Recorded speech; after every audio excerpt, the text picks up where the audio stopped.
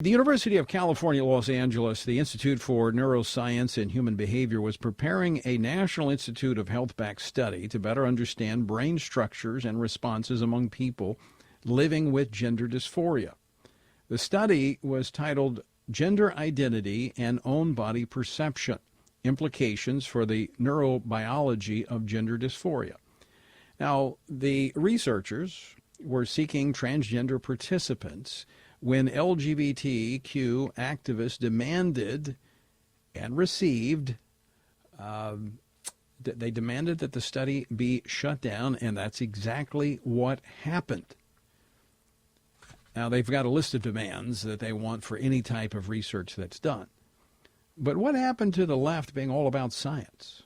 Well, joining me now to talk about this, Dr. Quentin Van Meter. He's a board-certified pediatric endocrinologist in private practice in Atlanta, Georgia. He is also on the pediatric clinical faculty of both Emory University and Morehouse College Medical Schools. He has 40 years' experience in dealing with transgender issues. Dr. Van Meter, welcome back to the program. Thank you for having me, Tony. I really appreciate it. So you've had a little bit of experience with this. Are you surprised that this study was shut down? Well, what the study was aimed at was looking at MRI evaluation of the brain and looking at structural differences that are seen and looking at perhaps a signal that might be seen that was typical of someone who had gender dysphoria and believed they were born into the wrong, their brain is in the wrong body. And so they thought they would kind of quantify this. There was a study, probably about 10 years ago that purported to show this, but it was a very small study and limited in number of patients. So they wanted to, basically look at a broader view of this, and they had, knowing that the transgender population is burgeoning, they thought we would, recruit from the population of those patients and see whether or not this could be replicated and see what happened over time.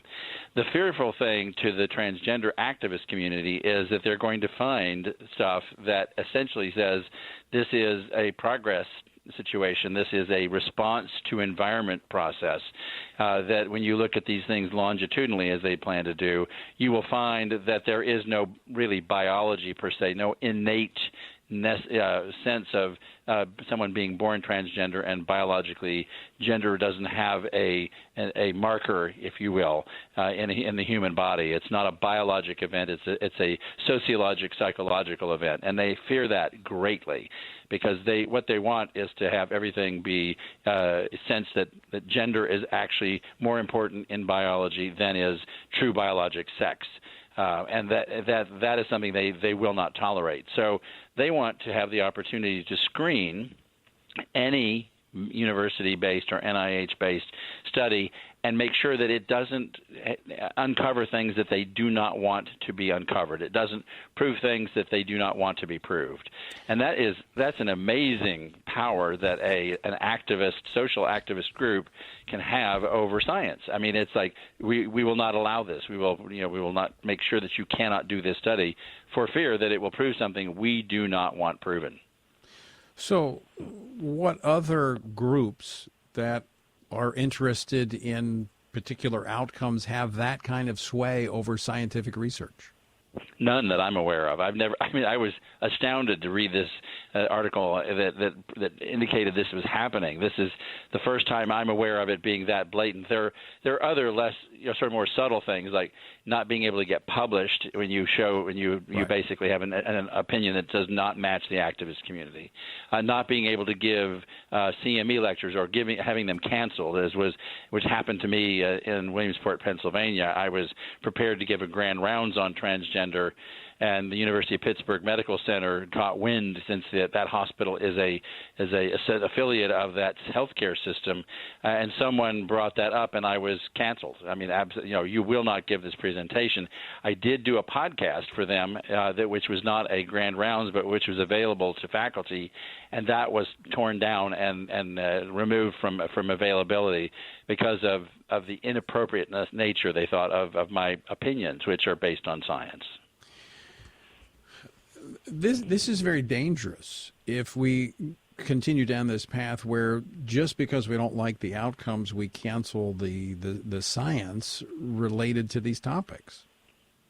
It's a very dangerous thing. I think that we're seeing a lot of things related to COVID on the scale which more people are affected in regard to canceling science or saying that science doesn't count, this science we think does, and therefore we'll have that happen. But this is the first thing that I have actually had experience with in the field of endocrinology and in the transgender activist world, where they are basically calling the shots on what will or won't be done for clinical studies.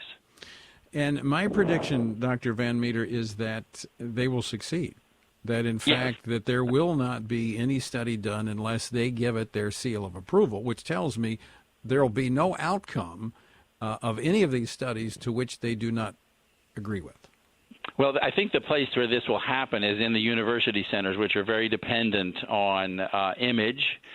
They don't want to be labeled as transphobic in any way. And so any place that they can step in, if somebody wants to do a study and fund a study that has no government funding to it, that does not involve a university center but is done as an independent clinical study, it can be done. I mean, no one can stop the bright-minded scientific physicians from doing a study, but the problem is, where will the results be published, or if they will be able to be published?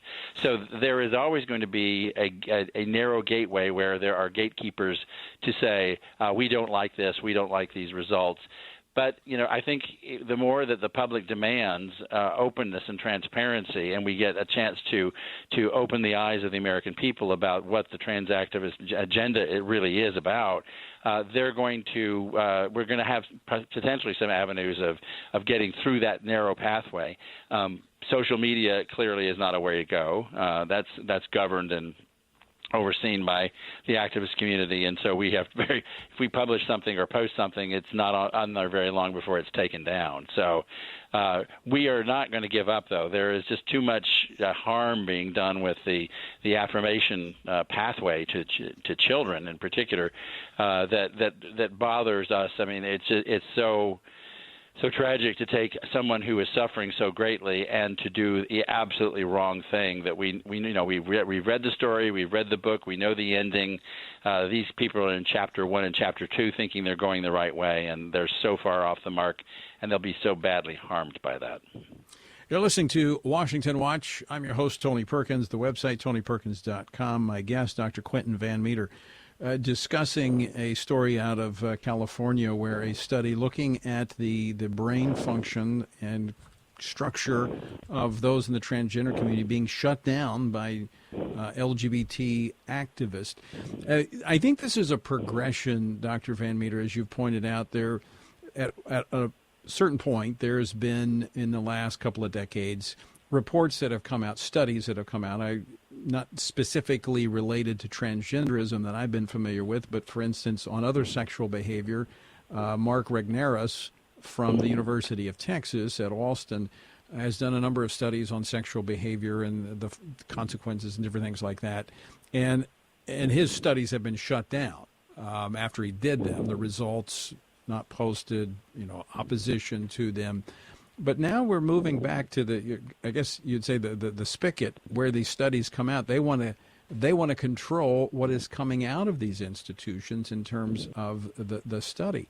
Now, you say that private funded research could be done, but the venues for the release of that is limited. How do we get this information out to the American people, especially to parents, to warn them about some of the trends that are taking place?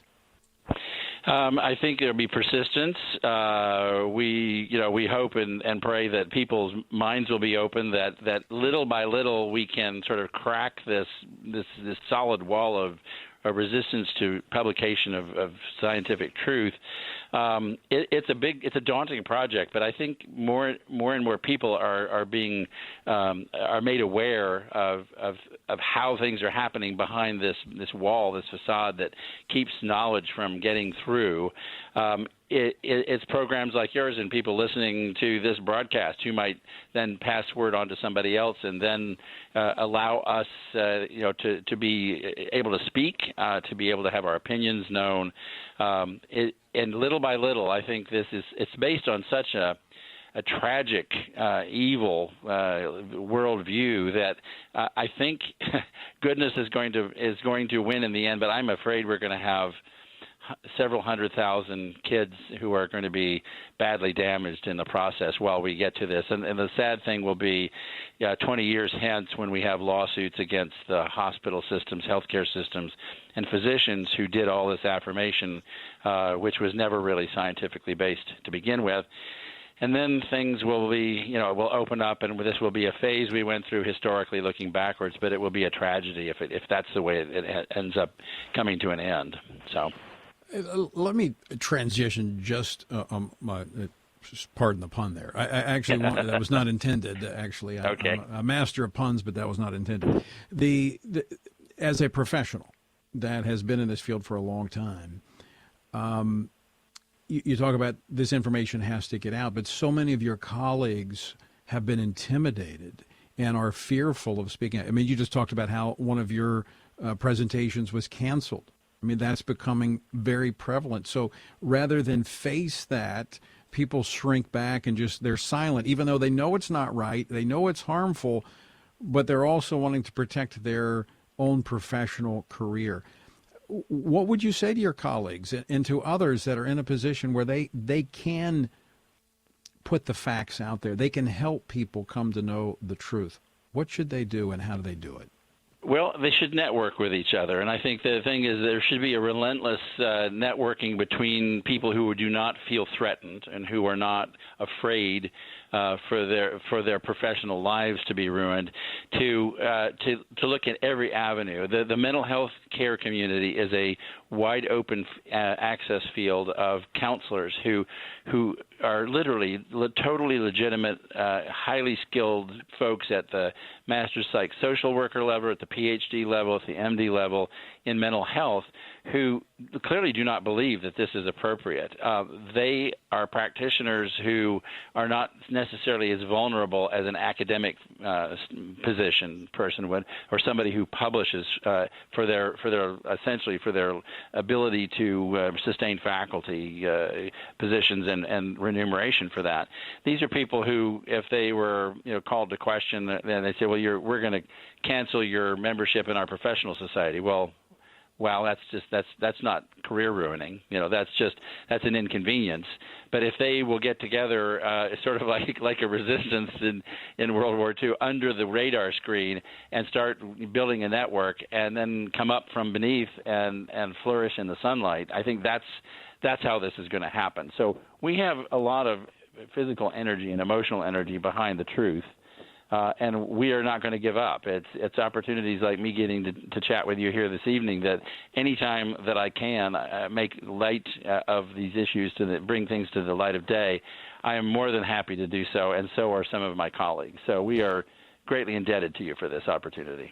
Well, I appreciate you coming on because, as you say, what's at stake here are the lives of hundreds of thousands of young people who are being affirmed in a misguided way out of fear. And it's wrong, and professionals need to speak truth, and they need not cower in the face of these activists. They're very vocal, but they're a minority. But we've got to speak that truth lest we see the lives of hundreds of thousands of young people ruined. Dr. Van Meter, thanks so much for joining us today. Always great to talk with you.